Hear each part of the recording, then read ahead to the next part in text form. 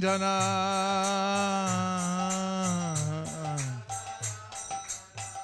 Jashodanandana Vraja Jana Ranjana Junatira Vanachari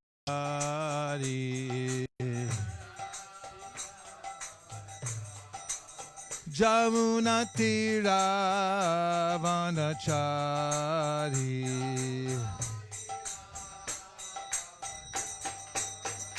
Jaya Radha Madhava Kunda Bihari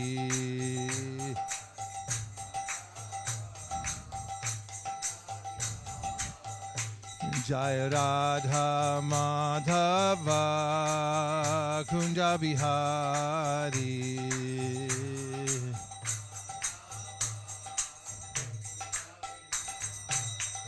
Hare Krishna Krishna Krishna Hare Hare Hare Rama Rama Rama Hare Hare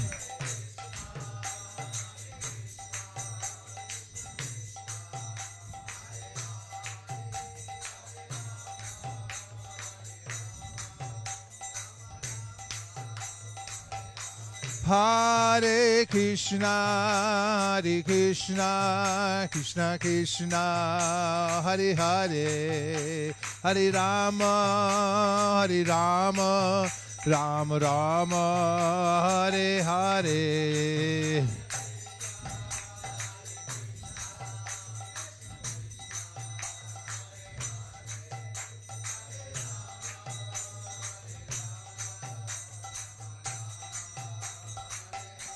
Hare Krishna Krishna Krishna Hare Hare. Give her a chair. Hare Rama Rama Rama Hare Hare Hare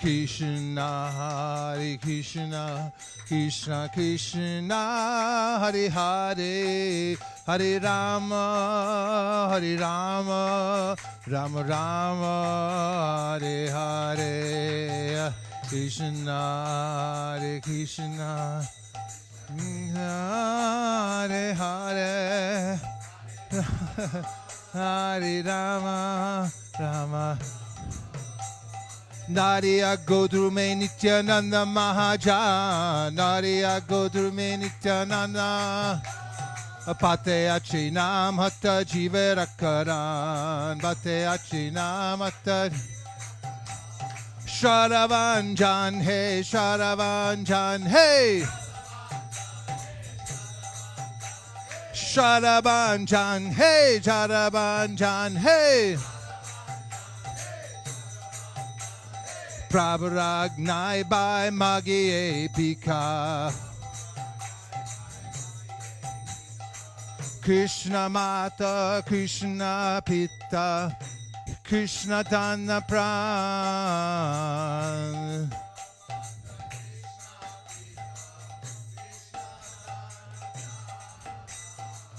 Bolo Krishna Bhajo Krishna Koro Krishna Shika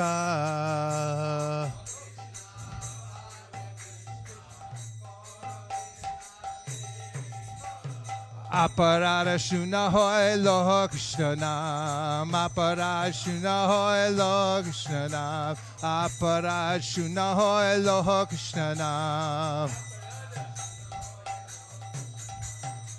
Jive Doya Krishna Nam Sarva Dharma Sa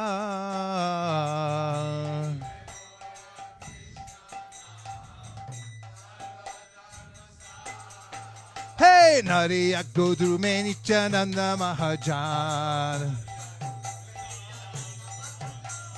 Pate Achinam Hatta Jiverakaran Bhajare. Hey, Radha Govinda Gopala Hare. Hey, hey, Radha Govinda Bhajare. Hey, Radha Govinda Gopala Hare. Hey, Radha Radhe Govinda. Oh, Radhe Govinda. Radhe Gopala. Oh, Radhe Gopala. Bhajare. Hey, Radha Govinda Gopala Hare. Hey, Radha Govinda Bhajare. Hey, Radha Govinda Gopala Hare. Hey, Hare Krishna, Krishna Krishna, Hare Hare, Hare Rama, Rama Rama, Hare Hare.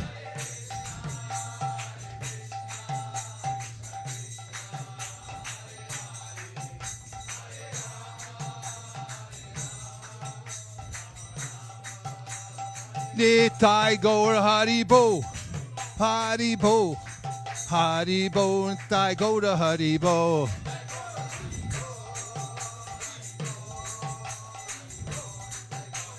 Nitai Gaur Haribo, Haribo, Haribo, Nitai Gaur Haribo.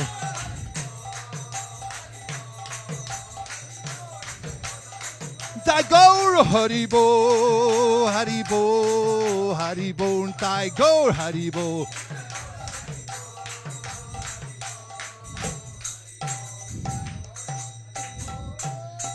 Nitai Gaur Premanande, Shri Harinam Sankirtan Ki, Shri Harinam Mahamantra Ki, Shri Harinam Prabhu Ki, Gaur Premanande. Nitai Gaura Haribo, Haribo, Haribo, Nitai Gaur Haribo.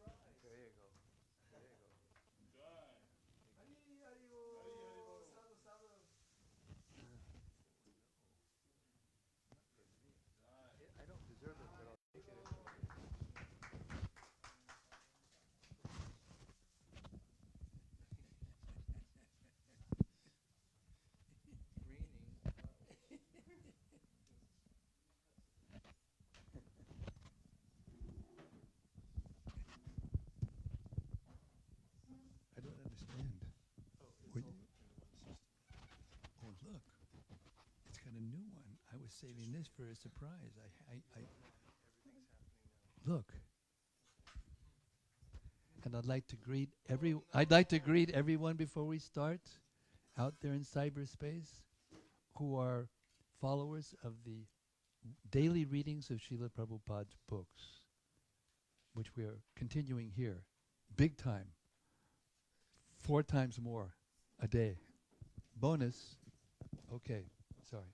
Om Namo Bhagavate Vasudevaya. Om Namo Bhagavate Vasudevaya. Om Namo Bhagavate Vasudevaya.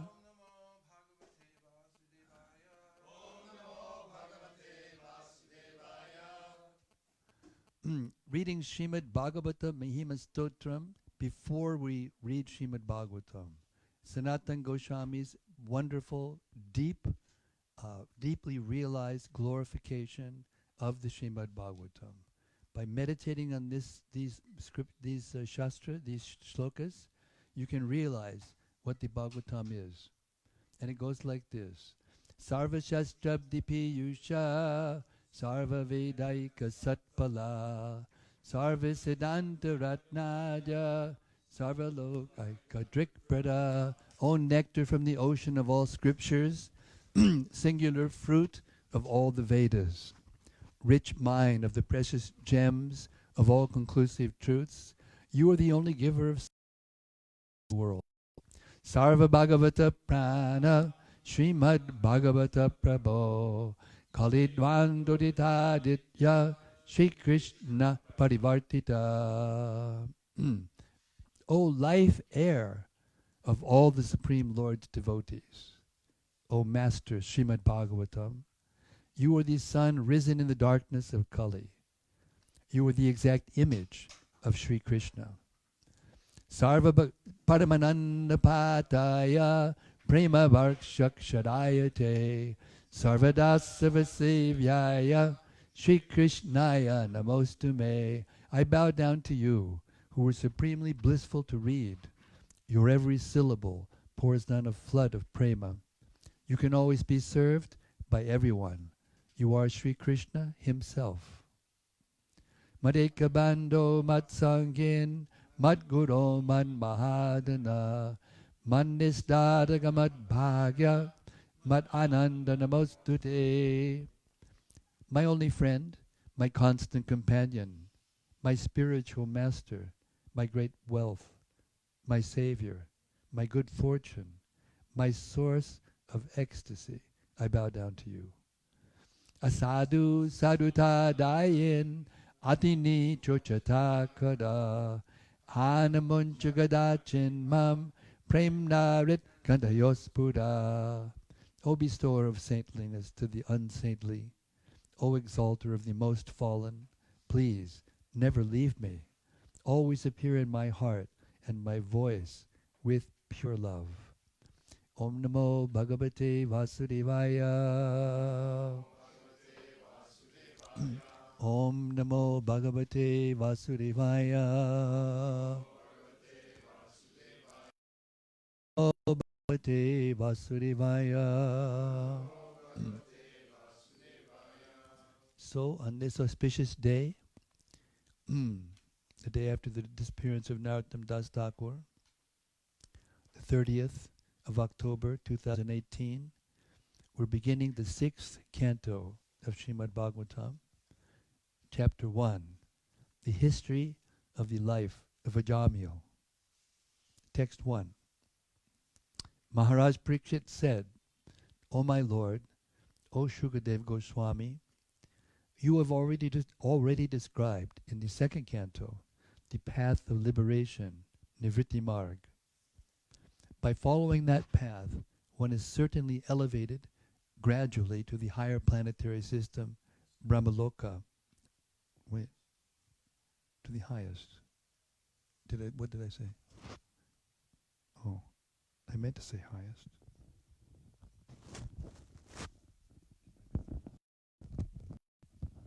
This garland, our guest or somebody. Or you want to put it on outside for me? It's raining rose petals. Oh, thank you. Wait a second. You can't do that. Come on, Marsh.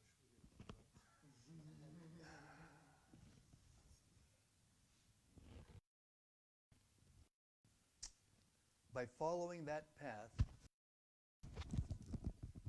one is certainly elevated gradually to the highest planetary system, Brahmaloka, from which one is promoted to the spiritual world along with Lord Brahma. Thus one's repetition of birth and death in the material world. Since Maharaj Parikshit was at the end of the 5th canto of the different hellish conditions of life, how to condition from the clutches of Maya and take them back home, back to Godhead.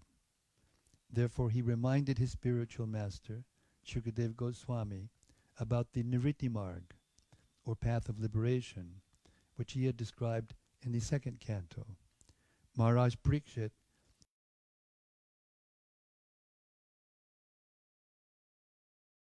inquired from Goswami about the path of liberation at that crucial time.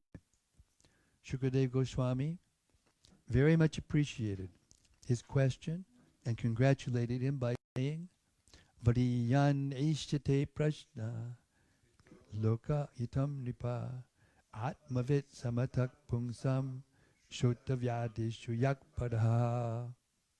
My dear, I forgot the tune. You have to cue me when My dear King, your question is glorious because it is very beneficial for all kinds of people.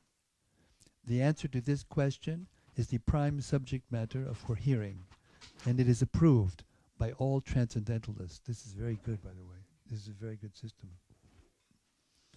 Parikshit Maharaj was astonished that the living entities in the conditional stage do not accept the path of liberation, devotional service, instead of suffering in so many hellish conditions.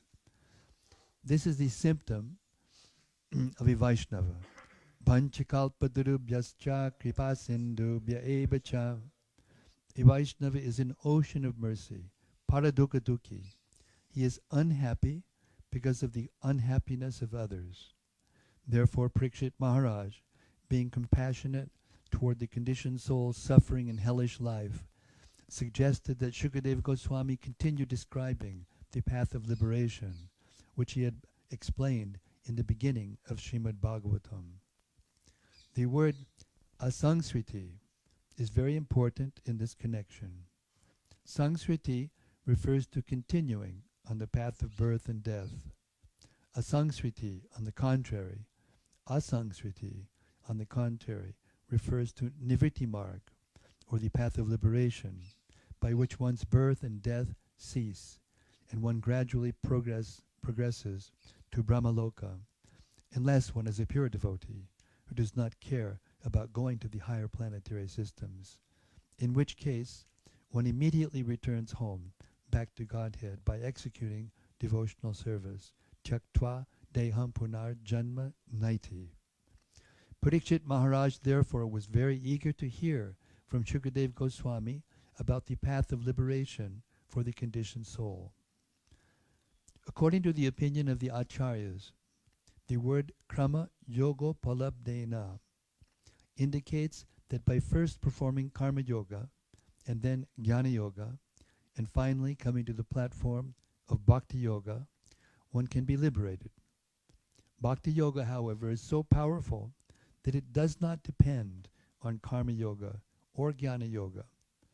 Bhakti yoga itself is so powerful that even an impious man with no assets in karma yoga, or an illiterate man with no assets in jnana yoga, can undoubtedly be elevated to the spiritual world if he simply adheres to bhakti yoga.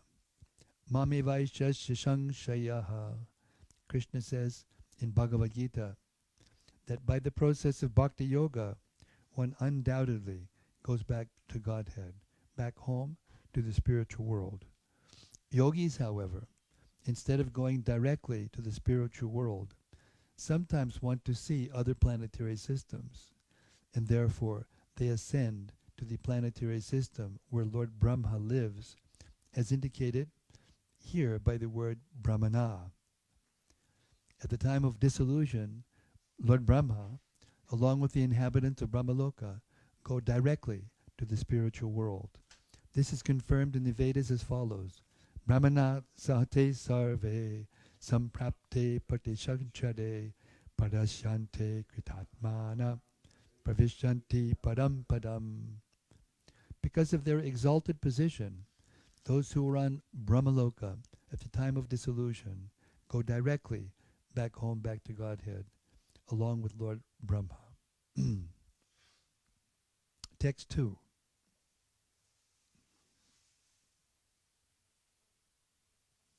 O great sage Shukadeva Goswami, unless the living entity is freed from the infection of the material modes of nature, he receives different types of bodies in which to enjoy or suffer, and according to the body, he is understood to have various inclinations. By following these inclinations, he traverses the path called Pravritti Marg, by which one may be elevated to the heavenly planets, as you have already described in the third canto. Purport. As Lord Krishna explains in Bhagavad Gita, excuse me, Yanti devarvata devan pitrinyanti prativrataha bhutani yanti bhuteja yanti mad yachinopimam. Those who worship the demigods will take birth among the demigods. Those who worship ghosts and spirits will take birth among such beings. Those who worship ancestors go to the ancestors, and those who worship me will live with me. Because of the influence of the various modes of nature, the living entities have various tendencies or propensities, and therefore they are qualified to achieve various destinations. As long as one is materially attached, he wants to be elevated to the heavenly planets because of his attraction to the material world. The Supreme Personality of Godhead declares, however, those who worship me come to me. If one has no information about the Supreme Lord and his abode, one tries to be elevated only to a higher material position. But when one concludes that in this material world there is nothing but repeated birth and death, he tries to return home, back to Godhead. If one attains that destination, he need never return to this material world. Yadgatva nanivartante tadama paramam mama. As Sri Chaitanya Mahaprabhu says in Chaitanya Charitamrita, Brahmanda Brahmite Konya Bhagavan Jeev Guru Prishta Prasadi Poya Bhakti Lata Bij. According to their karma, all living entities are wandering throughout the entire universe. Some of them are being elevated to the upper planetary systems, and some are going down into the lower planetary systems. Out of many millions of wandering living entities, one who is very fortunate gets an opportunity to associate with a bona fide spiritual master by the grace of Krishna. By the mercy of both Krishna and the spiritual master, such a person receives the seed of the creeper of devotional service. All living entities are rotating throughout the universe, going sometimes up to the higher planetary systems and sometimes down to the lower planets. This is the material disease, which is known as Pravritti Marg. When one becomes intelligent, he takes to Nivritti Marg, the path of liberation, and thus, instead of rotating within this material world, he returns home, back to Godhead. This is necessary. Text 3. You have also described, at the end of the 5th canto, the varieties of hellish life that result from impious activities, and you have described in the 4th canto the first Manvantara, which was presided over by Swayambhuva Manu, the son of Lord Brahma. Text 4 and 5. My dear Lord, you have described the dynasties and characteristics of King Priyavrata and King Uttanapad. The Supreme Personality of Godhead created this material world with various universes, planetary systems, planets and stars, with varied lands, seas, oceans, mountains, rivers, gardens, and trees, all with different characteristics. These are divided among this planet Earth, the luminaries in the sky, and the lower planetary systems. You have very clearly described these planets and the living entities who live on them. Purport. Here the words Yatedam Ashrijad Vibhu clearly indicate that the Supreme, the great, almighty personality of Godhead, created this entire material world with its different varieties of planets, stars, and so forth. Atheists try to conceal the hand of God, which is present in every creation, but they cannot explain how all these creations could come into existence without a competent intelligence and almighty power behind them. Simply to imagine or speculate is a waste of time. In Bhagavad Gita, the Lord says, Ahang sarvasya prabhavo, I am the origin of everything. Mattak sarvam pavartate, whatever exists in the creation emanate from me. Itimat va bhajante mam buddha bhavasamanvitaha. When one understands that I create everything by my omnipotence, one becomes firmly situated in devotional service and fully surrenders at my lotus feet. Unfortunately, the unintelligent cannot immediately understand Krishna's supremacy. Nonetheless, if they associate with devotees and read authorized books, they may gradually come to the proper understanding, although this may take many, many births. As Krishna says in Bhagavad Gita, Bahunam janmanamante gyanavam mam prapadyate vasudevak savamiti samahatma sadurlabaha. After many births and deaths, he who is actually in knowledge surrenders unto me, knowing me to be the cause of all causes and all that is. Such a great soul is very rare. Vasudev, Krishna, is the creator of everything, and his energy is displayed in various ways. As explained in Bhagavad Gita, a combination of the material energy, Bhumyarapo Nalo Vayu, and the spiritual energy, the living entity, exists in every creation. Therefore, the same principle, the combination of the Supreme Spirit and the material elements, is the cause of the cosmic manifestation. Nice. Text number 6. O greatly fortunate and opulent Shukadev Goswami, now kindly tell me how human beings may be saved from having to enter hellish conditions in which they suffer terrible pains. Okay? Purport. In the 26th chapter of the 5th canto, Shukadev Goswami has explained that people who commit sinful acts are forced to enter hellish planets and suffer. Now Maharaj Parikshit, being a devotee, is concerned with how this can be stopped. A Vaishnava is paradugatuki. In other words, he has no personal troubles, but he is very unhappy to see others in trouble. Prahlad Maharaj said, My Lord, I have no personal problems, for I have learned how to glorify your transcendental qualities and thus enter a trance of ecstasy. I do have a problem, however, for I am simply thinking of these rascals and fools who are busy with Maya Sukha, temporary happiness, without knowledge of devotional service unto you. This is the problem faced by a Vaishnava. Because a Vaishnava fully takes shelter of the Supreme Personality of Godhead, he personally has no problems. But because he is compassionate toward the fallen, conditioned souls, he is always thinking of plans to save them from their hellish life in this body and the next. Parikshit Maharaj therefore anxiously wanted to know from Shukadev Goswami how humanity can be saved from gliding down to hell. Shukadev Goswami had already explained how people enter hellish life, and he could also explain how they could be saved from it. Intelligent men must take advantage of these instructions. Unfortunately, however, the entire world is lacking Krishna consciousness, and therefore people are suffering from the grossest ignorance and do not even believe in a life after this one. To convince them of their next life is very difficult because they have become almost mad in their pursuit of material enjoyment. Nevertheless, our duty, the duty of all sane men, is to save them. Maharaj Parikshit is the representative of one who can save them. Text number 7.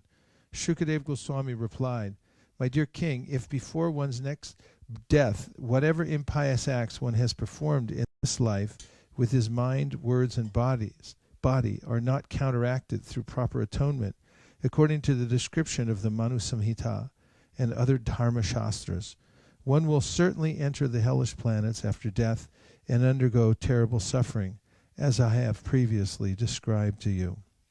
Purport: Srila Vishwanath Chakravarti Thakur mentions that although Maharaj Parikshit was a pure devotee, Shukadev Goswami did not immediately speak to him about the strength of devotional service. As stated in Bhagavad Gita 14.26, Mam chayo vyabhicharena bhakti yogena sevate sagunan samatityaitan pramabhuyaya kalpate. Devotional service is so strong that if one fully surrenders to Krishna and takes fully to his devotional service, the reactions of his sinful life immediately stop. Elsewhere in the Gita, 1866, Lord Krishna urges that one give up all other duties and surrender to him. And he promises, Ahang tang sarvapapibhyo mokshayishami, I shall free you from all sinful reactions and give you liberation. Therefore, in response to the inquiries of Parikshit Maharaj, Shukadev Goswami, his guru, could have immediately explained the principle of bhakti, but to test Parikshit Maharaj's intelligence, he first prescribed atonement according to Karmakanda, the path of fruitive activities. For Karmakanda, there are 80 authorized scriptures, such as... For Karmakanda, there are 20 authorized scriptures, such as Manusmrita, which are known as Dharma Shastras. In these scriptures, one is advised to counteract his sinful acts by performing other types of fruitive action. This was the path first recommended by Shukadev Goswami to Maharaj Parikshit, and actually it is a fact that one who does not take to devotional service must follow the decision of these scriptures by performing pious acts to counteract his impious acts. This is known as atonement. 8. Therefore, before one's next death comes, as long as one's body is strong enough, one should quickly adopt the process of atonement according to Shastra. Otherwise, one's time will be lost, and the reactions of his sins will increase. As an expert physician diagnoses and treats a disease according to its gravity, one should undergo atonement according to the severity of one's sins. Purport: the Dharma Shastras, like Manu Samhita, prescribe that a man who has committed murder should be hanged and his own life sacrificed in atonement. Previously, this system was followed all over the world, but since people are becoming atheists, they are stopping capital punishment. This is not wise. Herein it is said that a physician who knows how to diagnose a disease prescribes medicine accordingly. If the disease is very serious, the medicine must be strong. The weight of a murderer's sin is very great, and therefore, according to Manu Samhita, a murderer must be killed. By killing a murderer, the government shows mercy to him, because if a murderer is not killed in this life, he will be killed and forced to suffer many times in future lives. Since people do not know about the next life and the intricate workings of nature, they manufacture their own laws. But they should properly consult the established injunctions of the Shastras and act accordingly. In India, even today, the Hindu community often takes advice from expert scholars regarding how to counteract sinful activities. In Christianity also, there is a process of confession and atonement. Therefore, atonement is required, and atonement must be undergone according to the gravity of one's sinful acts. 9. Maharaj Parikshit said, one may know that sinful activity is injurious for him because he actually sees that a criminal is punished by the government and rebuked by people in general, and because he hears from scriptures and learned scholars that one is thrown into hellish conditions in the next life for committing sinful acts. Nevertheless, in spite of to commit sins again and again, even after performing acts of atonement. Therefore, what is the value of such atonement? Purport: in some religious sects, a sinful man goes to a priest to confess his sinful acts and pay a fine. But then he again commits the same sins and returns to confess them again. This is the practice of a professional sinner. Parikshit Maharaj's observations indicate that even 5,000 years ago it was the practice of criminals to atone for their crimes but then commit the same crimes again as if forced to do so. Therefore, owing to his practical experience, Parikshit Maharaj saw that the process of repeatedly sinning and atoning is pointless. Regardless of how many times he is punished, one who is attached to sense enjoyment will commit sinful acts again and again until he is trained to refrain from enjoying his senses. Trained to refrain. The word trained to refrain again and again. The word vishwas is used herein. The word vivasha is used herein, indicating that even one who does not want to commit sinful acts will be forced to do so by habit. Parikshit Maharaj therefore considered the process of atonement to have little value for saving one from sinful acts. In the following verse, he further explains his rejection of this process. 10. Sometimes one who is very alert so as not to commit sinful acts is victimized by sinful life again. I therefore consider this process of repeated sinning and atoning to be useless. It is like the bathing of an elephant. For an elephant cleanses itself by taking a full bath, but then throws dust over its head and body as soon as it returns to the land. Purport. When Parikshit Maharaj inquired how a human being could free himself from sinful activities so as not to be forced to go to hellish planetary systems after death, Shukadeva Goswami answered that the process of counteracting sinful life is atonement. In this way, Shukadeva Goswami tested the intelligence of Maharaj Parikshit, who passed the examination by refusing to accept this process as genuine. Now Parikshit Maharaj is expecting another answer from his spiritual master, Shukadeva Goswami.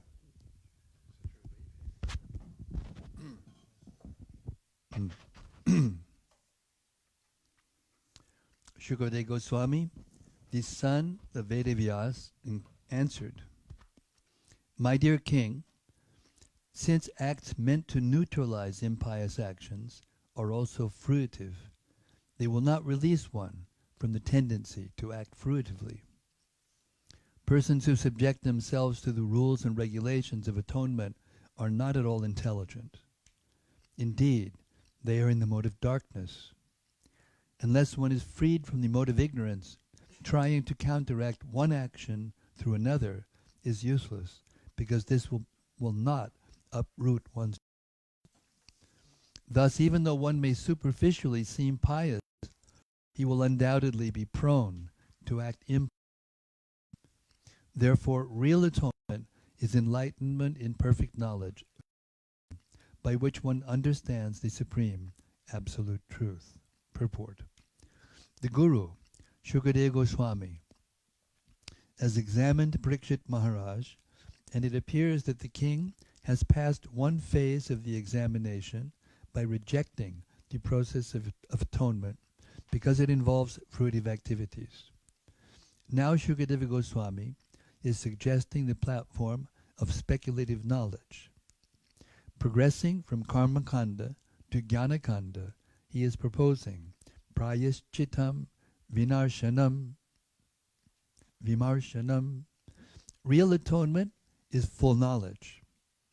Vimarshana refers to the cultivation of speculative knowledge.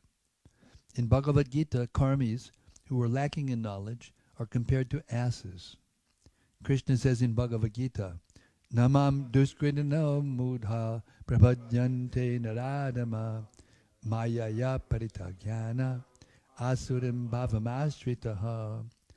Those miscreants who are grossly foolish, lowest among mankind, whose knowledge is stolen by illusion, and who partake of the atheistic nature of demons, do not surrender unto me. Thus karmis who engage in sinful acts and who do not know the true objective of life are called mudhas, asses. Vimarshana, however, is also explained in Bhagavad Gita 15:15, where Krishna says, Vedaishchasarvar aham eva vedyaha. The purpose of Vedic study is to understand the Supreme Personality of Godhead. If one studies Vedanta, but merely advances somewhat in speculative knowledge, and does not understand the Supreme Lord, one remains the same mudha. As stated in Bhagavad Gita, one attains real knowledge when he understands Krishna and surrenders unto him. Bahunam janmanamante jnanavan mam papadyate. To become learned and free from material contamination, therefore, one should try to understand Krishna. For thus one is immediately liberated from all pious and impious activities and their reactions. Text 12. My dear king, if a diseased person eats the pure, uncontaminated food prescribed by a physician, he is gradually cured, and the infection of disease can no longer touch him. Similarly, if one follows the regulative principles of knowledge, he gradually progresses toward liberation from material contamination. Purport. One is gradually purified if one cultivates knowledge, even through mental speculation, and strictly follows the regulative principles enjoined in the Shastras and explained in the next verse. Therefore the platform of jnana, speculative knowledge, is better than the platform of karma, fruitive action. There is every chance of falling down from the platform of karma to hellish conditions. But on the platform of jnana, one is saved from hellish life, although one is still not completely free. The difficulty is that on the platform of jnana, one thinks that he has been liberated and has become Narayana or Bhagavan. This is another phase of ignorance. Ye vidaksha vimuktina nimas tvai astaphavat avishuddha buddhayaha aruya krichrena padam tata patantyado nadritam yushmad angraya. Because of ignorance, speculatively thinks himself liberated from material contamination, although actually he is not. Therefore, even if one rises to the Brahmagyan, understanding of Brahman, one nevertheless falls down because of not taking shelter of the lotus feet of Krishna. Nonetheless, jnanis at least know what's sinful and what is sinful and what is pious, and they very cautiously act according to the injunctions of the Shastras. Texts 13. To concentrate the mind, one must observe a life of celibacy and not fall down. One must undergo the austerity of voluntarily giving up sense enjoyment. One must then control the mind and senses, give charity, be truthful, clean, and non-violent, follow the regulative principles, and the Lord. Thus, a sober and faithful person who knows the religious principles is temporarily purified of all sins performed with his body, words, and mind. These sins are like the dried leaves of creepers beneath a bamboo tree, which may be burned by fire, although their roots remain to grow again at the first opportunity. Purport. Tapa is explained in the Smriti Shastra as follows. Manashas chendriyanam cha aikagryam paramam tapa. Complete control of the mind and senses and their complete concentration on one kind of activity is called tapa. Our Krishna consciousness movement is teaching people how to concentrate the mind on devotional service. This is first-class tapa. Brahmacharya, the life of celibacy, has 8 aspects. One should not think of women, speak about sex life, dally with women, look lustfully at women, talk intimately with women, or decide to engage in sexual intercourse. Nor should one endeavor for sex life or engage in sex life. One should not even think of women or look at them, to say nothing of talking with them. This is called first-class brahmacharya.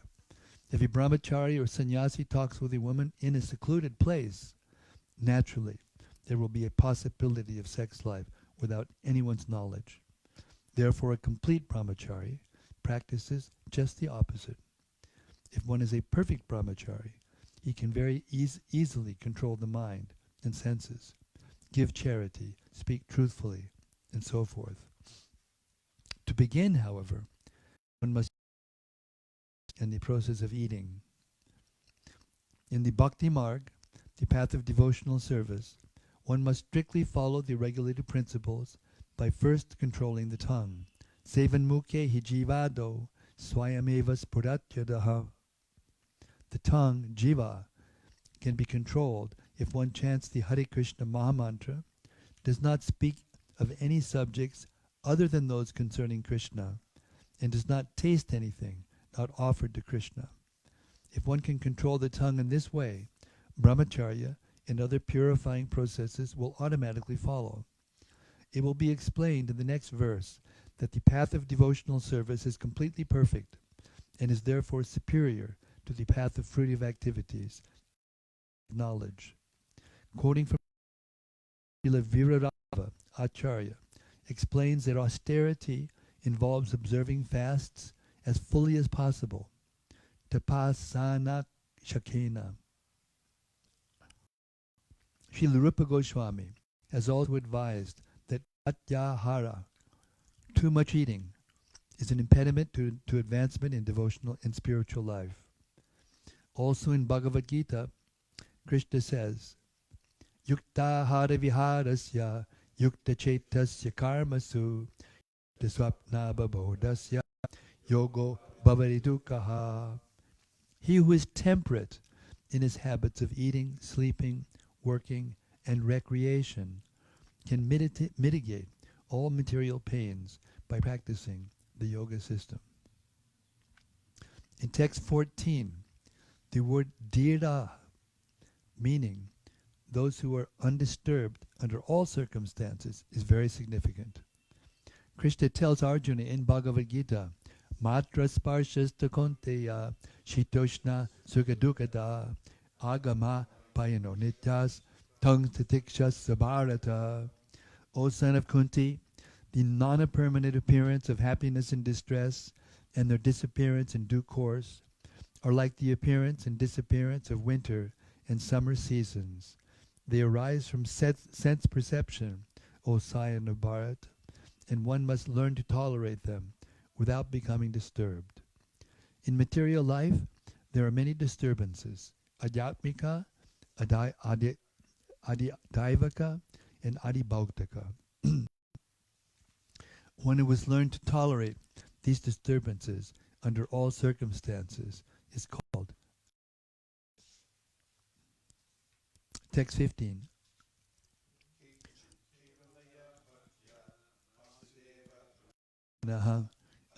Adun vanti kartsnyena nihadam vabaskaraha. Only a rare person who has adopted complete, unalloyed devotional service to Krishna can uproot the weeds of sinful actions with no possibility that they will revive. He can do this simply by discharging devotional service, just as the sun can immediately dissipate fog by its rays. Purport. In the previous verse, Shukadeva Goswami gave the example that the dried leaves of creepers beneath a bamboo tree may be completely burnt to ashes by a fire, although the creepers may sprout again because the root is still in the ground. Similarly, because the root of sinful desire is not destroyed in the heart of a person who is cultivating knowledge, but who has no taste for devotional service, there is a possibility that his sinful desires will reappear. As stated in Srimad Bhagavatam, Shriyak Sritim Bhakti Mudasyate Vibo Klishantite Kevalabodha. Speculators who undergo great labor to gain a meticulous understanding of the material, distinguishing between sinful and pious activities, but who are not situated in devotional service, are prone to material activities. Fall down and become implicated in fruitive activities. If one becomes attached to devotional service, however, his desires for material are automatically vanquished without separate endeavor. Di parisha nubhavo viraktiranya cha. I didn't say that right. Say it right?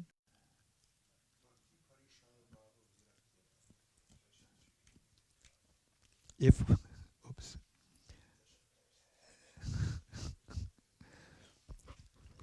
Okay. If one is advanced in Krishna consciousness, material activities, both sinful and pious, automatically become distasteful to him. That is the test of Krishna consciousness. Both pious and impious activities are actually due to ignorance, because the living entity, as an eternal servant of Krishna, has no need to act for his personal sense gratification. Therefore, as soon as one is reclaimed to the platform of devotional service, he relinquishes his attachment for pious and impious activities and is interested only in what will satisfy Krishna. This process of bhakti, devotional service to Krishna, Vasudeva, Parayana, relieves one from the reactions of all activities. Since Maharaj Parikshit was a great devotee, the answers of his guru, Shukadeva Goswami, concerning Karma Kanda and Jnana Kanda could not satisfy him. Therefore Shukadeva Goswami, knowing very well the heart of his disciple, explained the transcendental bliss of devotional service. The word kechit, which is used in this verse, means a few people, but not all. Not everyone can become Krishna conscious.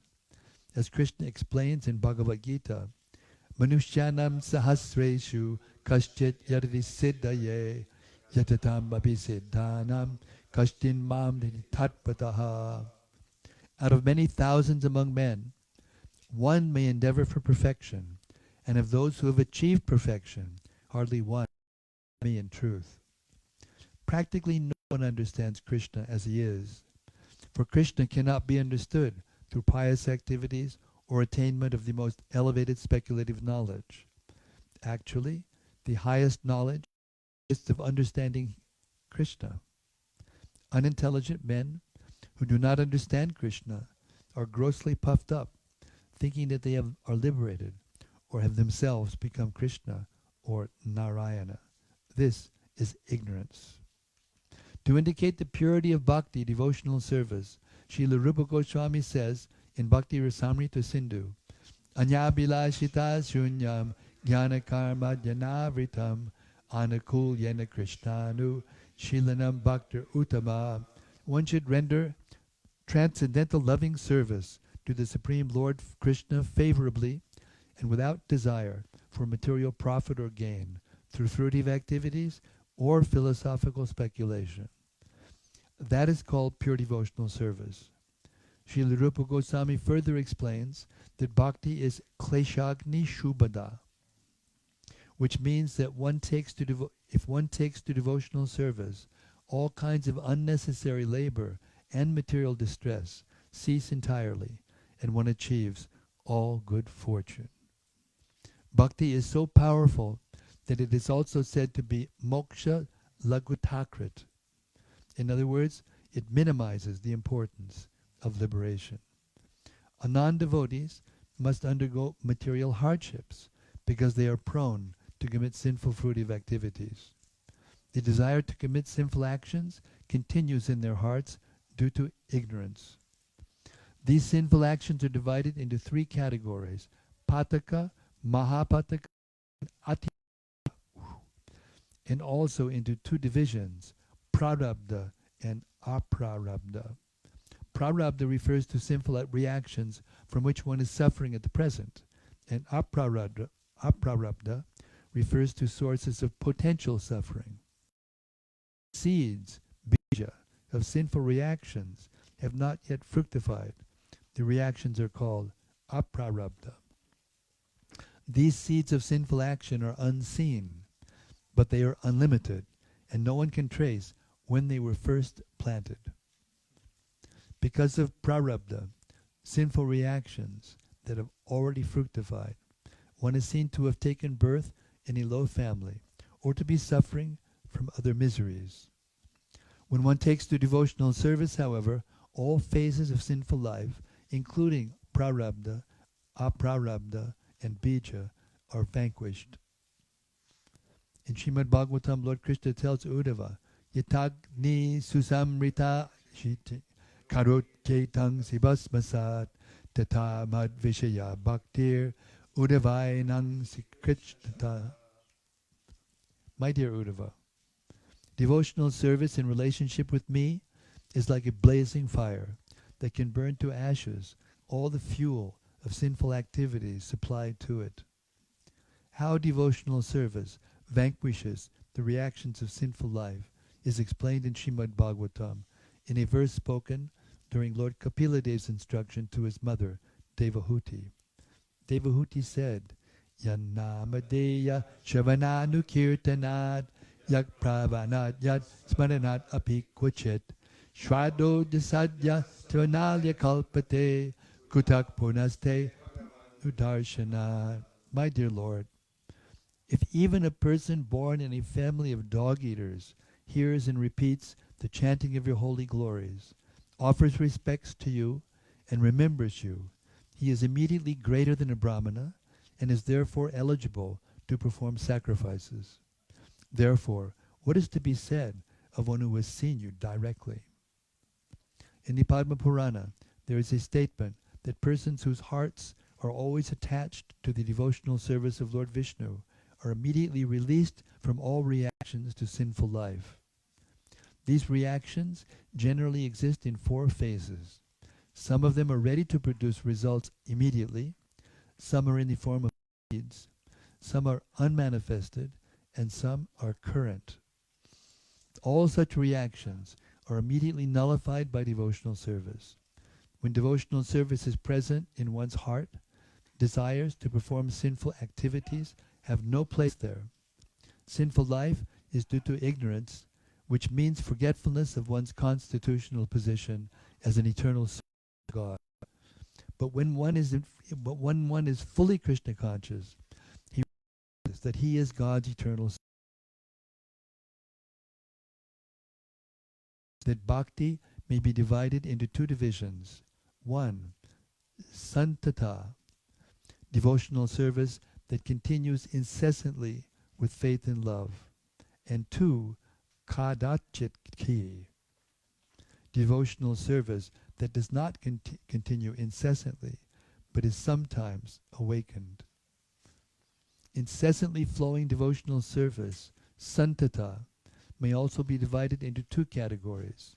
1, service performed with slight attachment, and 2, spontaneous devotional service. Intermittent devotional service, kadachitki, may be divided into 3 categories. 1, raga basamayi, devotional service in which one is almost attached. 2, raga bhasa shunya sarupa bhuta, devotional service in which there is no spontaneous love, but one likes the constitutional position of serving. And 3, abhasa, a slight glimpse. As for atonement, if one is caught even a slight glimpse of devotional service, all needs to undergo prayashchitta, atonement, are superseded, since even that slight glimpse of devotional service uproots and vanquishes all the reactions of sinful life. Therefore, atonement is certainly unnecessary when one has achieved spontaneous love. Huh?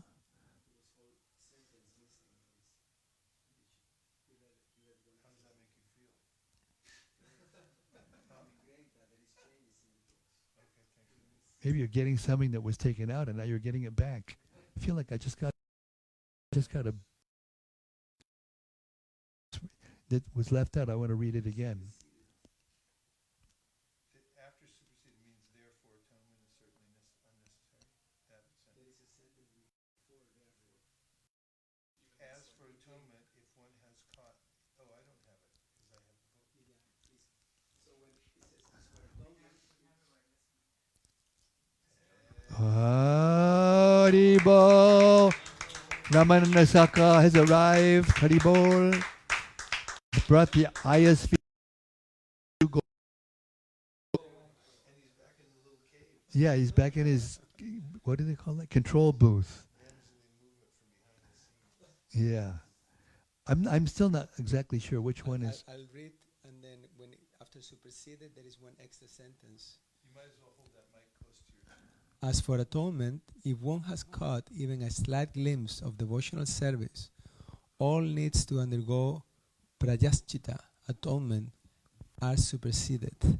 And that's it. Then That's it. since even that slight glimpse of devotional service uproots and vanquishes all reactions of sinful life, which is needed to complete the thought, That's right. and was there. Thank you. Therefore, atonement is certainly unnecessary when one has achieved spontaneous love, and above that, attachment with love, which are signs of increasing advancement in kadachit ki. Srila Jiva Goswami expresses the opinion that the word kartsnyena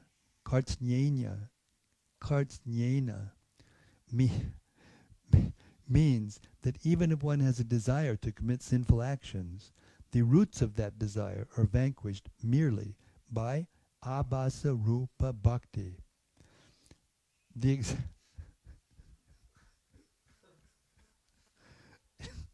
Excuse me.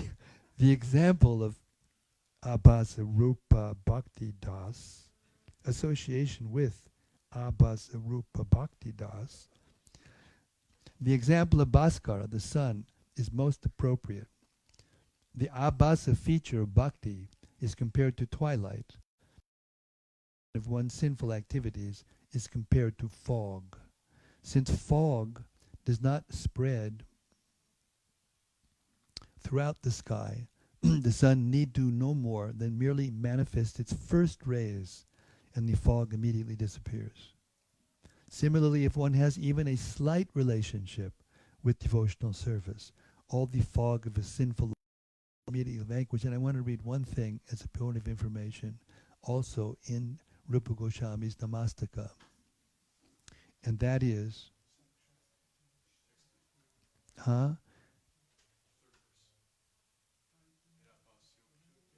No. It was a nice try, though. You got close. It's number 4. But what part of it? Apaiti namas purinendatate prarabdha karmeti virauti veda. Now this is very important, because there are people who have the philosophy that the prarabdha karma cannot be burned completely, because they say you got the body, and until you die, that's it. You can't get rid of your prarabdha karma. That's a philosophy. It's going around, by the way. The especially the wait. I know that. I know. I'm just trying to. I'm just don't get. Just hold your. Because anyway, the all holy name, the Vedas declare that meditation on the impersonal Brahman cannot bring freedom from karmic reactions, that they must be enjoyed or suffered. But that when you manifest yourself in one's consciousness, all karma at once disappears. And the word is prarabdha, karmeti. Very important. Directly, Rupa Goswami is completely smashing to smithereens, slashing that ignorance in one fell swoop. Man, I mean, we got some real saints around here. Some real scholars.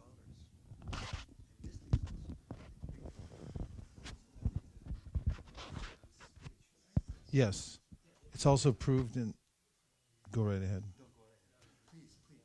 It's also proved in the verse probably quoted already, along with the other verse that goes with it. Yanamadeya Shravananu Kirtanadya Smaranadya.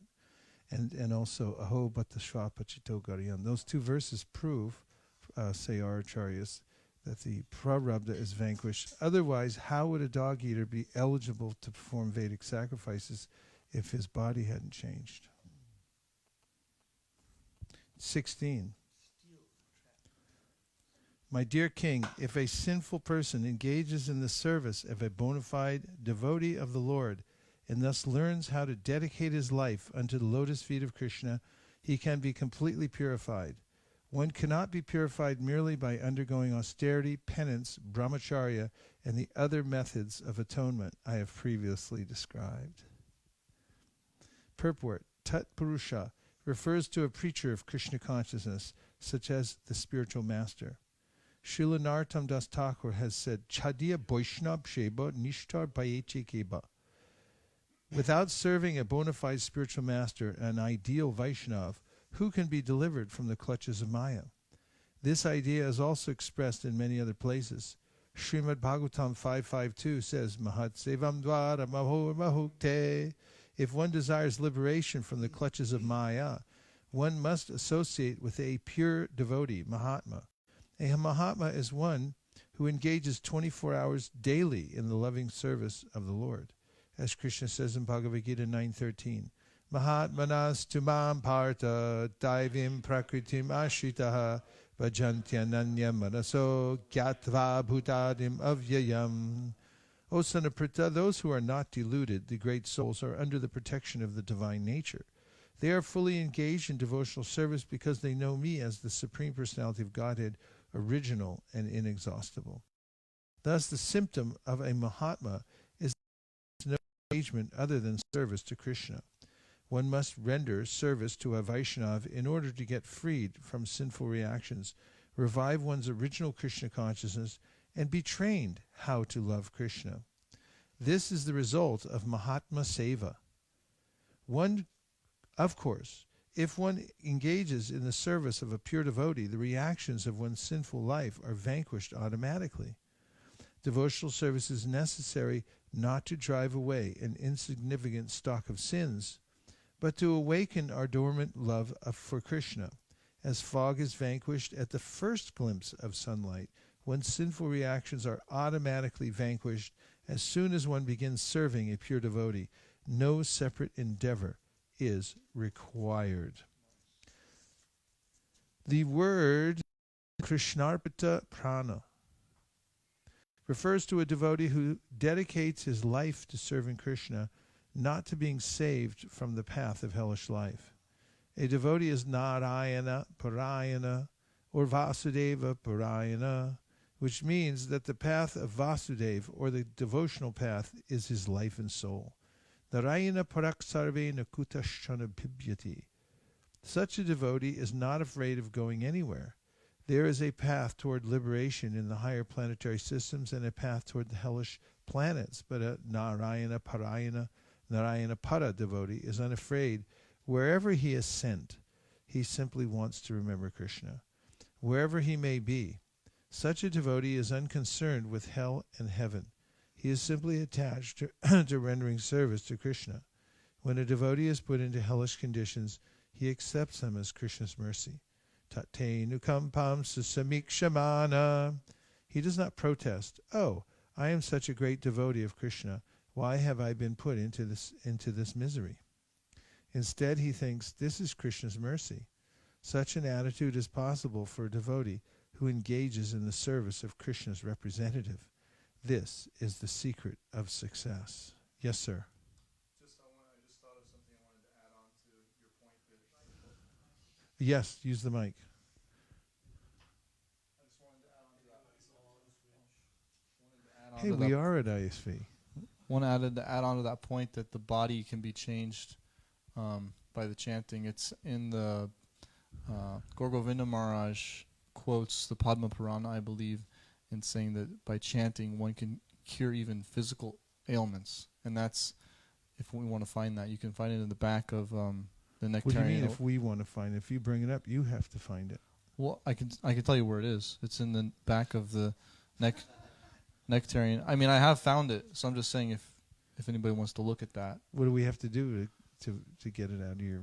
We have to go search your room or what? No, I'm just saying where it is. You didn't say where it is yet. We're ready to charge up there and find it. It's in the back of the Nectarian Ocean of the Holy Name. Where's the book? You want me to get you a copy? You have it stashed somewhere?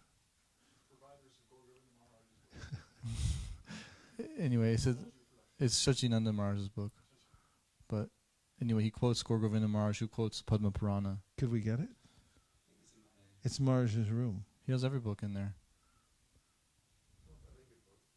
On the break. We'll bring it back on the break. Just a quick note. Okay.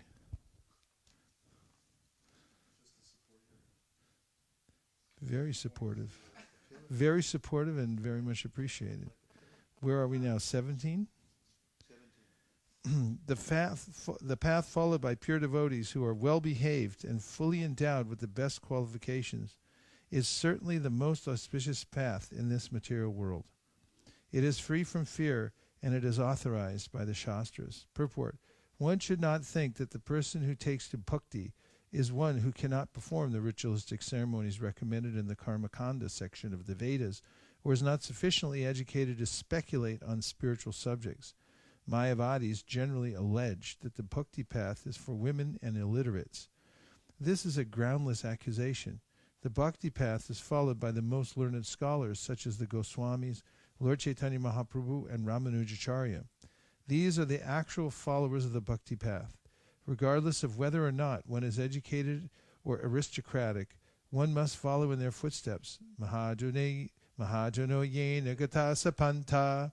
One must follow the path of the Mahajanas.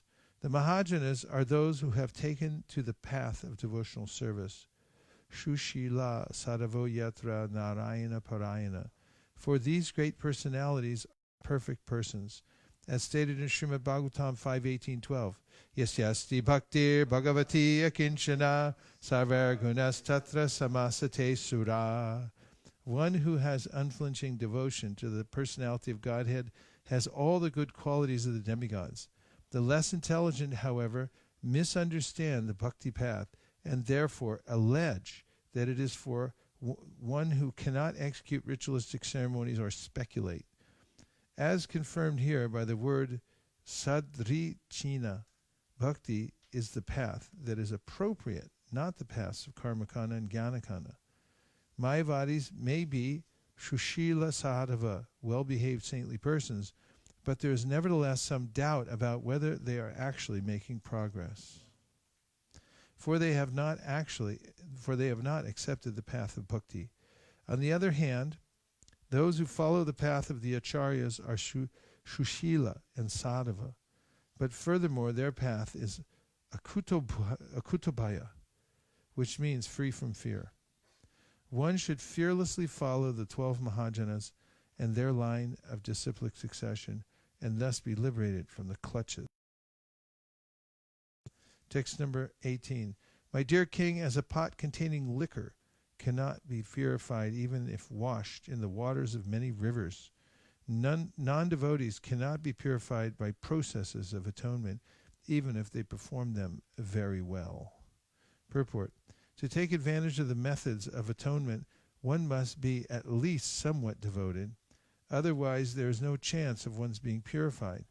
It is clear from this verse that even those who take advantage of karmakanda and jnanakanda, but are not at least slightly devoted, cannot be purified simply by following these other paths. The word prayaschitani is plural in number to indicate both karmakanda and jnanakanda. Narottam Das Thakur therefore says, karmakanda jnanakanda kevala vishera bandha. Thus Narottam Das Thakur compares the paths of karmakanda and jnanakanda to pots of poison. Liquor and poison are in the same category.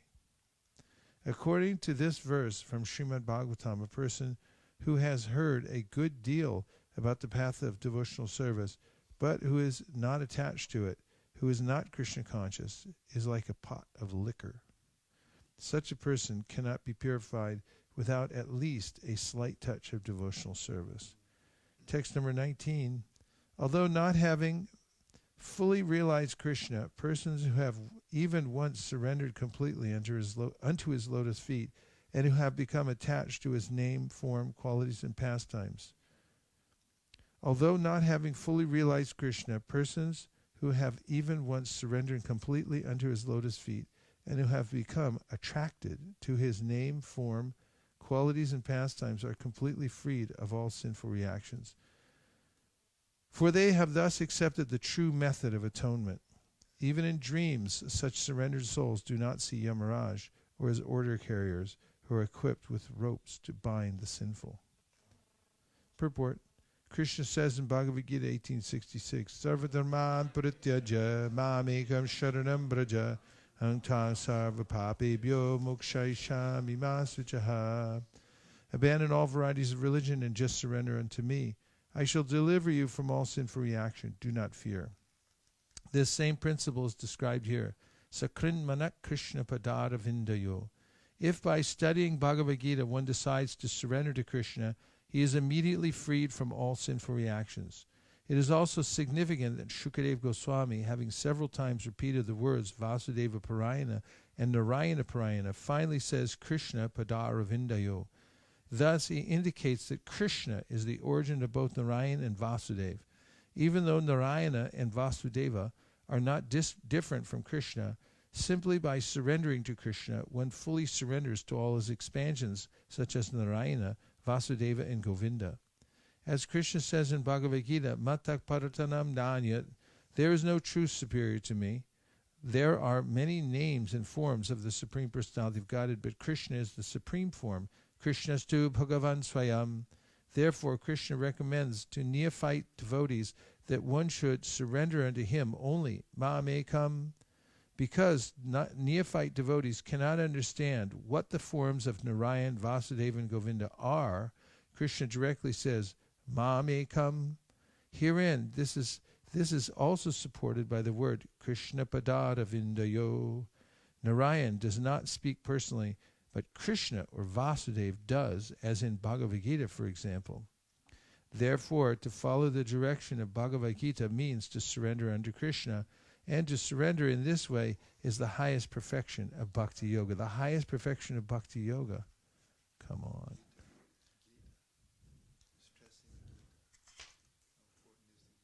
Parikshit Maharaj had inquired from Shukadeva Goswami how one can be saved from falling into the various conditions of hellish life. In this verse, Shukadeva Goswami answers that a soul who is surrendered to Krishna certainly cannot go to Naraka, hellish. Of going there, even in his dreams, he does not see Yamaraj or his order carriers who are able to take one there. In other words, if one wants to save himself from falling into Naraka, hellish life, he should fully surrender to Krishna. The word sakrit is significant because it indicates that if one sincerely surrenders to Krishna once, he is saved even if by chance he falls down by committing sinful activities. Therefore, Krishna says in Bhagavad Gita, Apichet sudarachado bhajate mam ananya bhak satureva samantavya samgyak vyavasito hitaha. Even if one commits the most abominable actions, if he is engaged in devotional service, he is to be considered saintly because he is properly situated. If one never for a moment forgets Krishna, he is safe even if by chance he falls down by committing sinful acts. In the second chapter of Bhagavad Gita, the Lord also says, Neha bikramana shosti pratyavayo navidyate swalpamapya siddharmasya trayate mahato bhayad. In this endeavor there is no loss or diminution, and a little advancement on this path can protect one from the most dangerous type of fear. Elsewhere in the Gita 6:40, the Lord says, Nahi kalyana krit kashchit durgatim tatagachati. Nahi kalyana krit kashchit durgatim tatagachati. One who performs auspicious activity is never overcome by evil. The highest kalyana, auspicious activity, is to surrender to Krishna. That is the only path by which to save oneself from falling down into hellish life. Srila Prabodhananda Saraswati has confirmed this as follows. Kaivalyam narakayate tridashapur akasha pushpayate durdantendriya kala sarpa patali pratkatatam strayate Vishram Purnam Sukayate Vidimahen Dradishcha Kitayate Yat Karunya Kataksha Vaiva Babadam Tam Gaurame Vastuma. The sinful actions of one who has surrendered unto Krishna are compared to a snake with its poison fangs removed. Protkata Dumstrayate. Such a snake is no longer to be feared. Of course, one should not commit sinful activities on the strength of having surrendered to Krishna. Discrepancy. However, even if one who has surrendered to Krishna happens to do something sinful because of his former habits, such sinful actions no longer have a destructive effect. Therefore, one should adhere to the lotus feet of Krishna very tightly and serve him under the direction of a spiritual master. Thus, in all conditions, one will be a kutabhaya, free from fear. Snake with no fangs.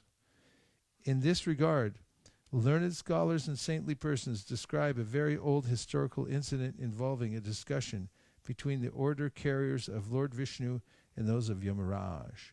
Please hear of this from me. I think this is so cool that Shukadev heard it from a sage.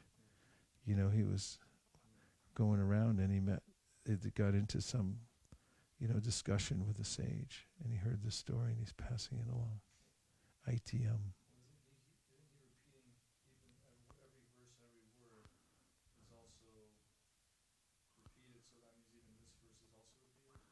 Isn't that pretty far out? Purport. The Puranas or old histories are sometimes neglected by unintelligent men who consider their descriptions mythological. Actually, the descriptions of the Puranas or the old histories of the universe are factual, although not chronological. The Puranas record the chief incidents that have occurred over many millions of years, not only on this planet, but also on other planets within the universe. Therefore, all learned and realized Vedic scholars speak with references to the incidents in the Puranas. Srila Rupa Goswami accepts the Puranas to be as important as the Vedas themselves. Therefore, in Bhakti Rasamrita Sindhu, he quotes the following verse from Brahma Yamala. Shruti Smriti Puranadi Pancharatra Vadimbina Aikantiki Harer Bhaktir Utpataya Vikalpate. Devotional service of the Lord that ignores the authorized Vedic literatures like the Upanishads, Puranas, and Narada Pancharatra is simply an unnecessary disturbance in society. A devotee of Krishna must refer not only to the Vedas, but also to the Puranas. One should not foolishly consider the Puranas mythological. If they were mythological, Shukadeva Goswami would not have taken the trouble to recite the old historical incidents concerning the life of Ajamil. Now the history begins as follows. And that brings us to the Gayatri break. We'll be back here at 12:30. Thank you very much. Go Premanande.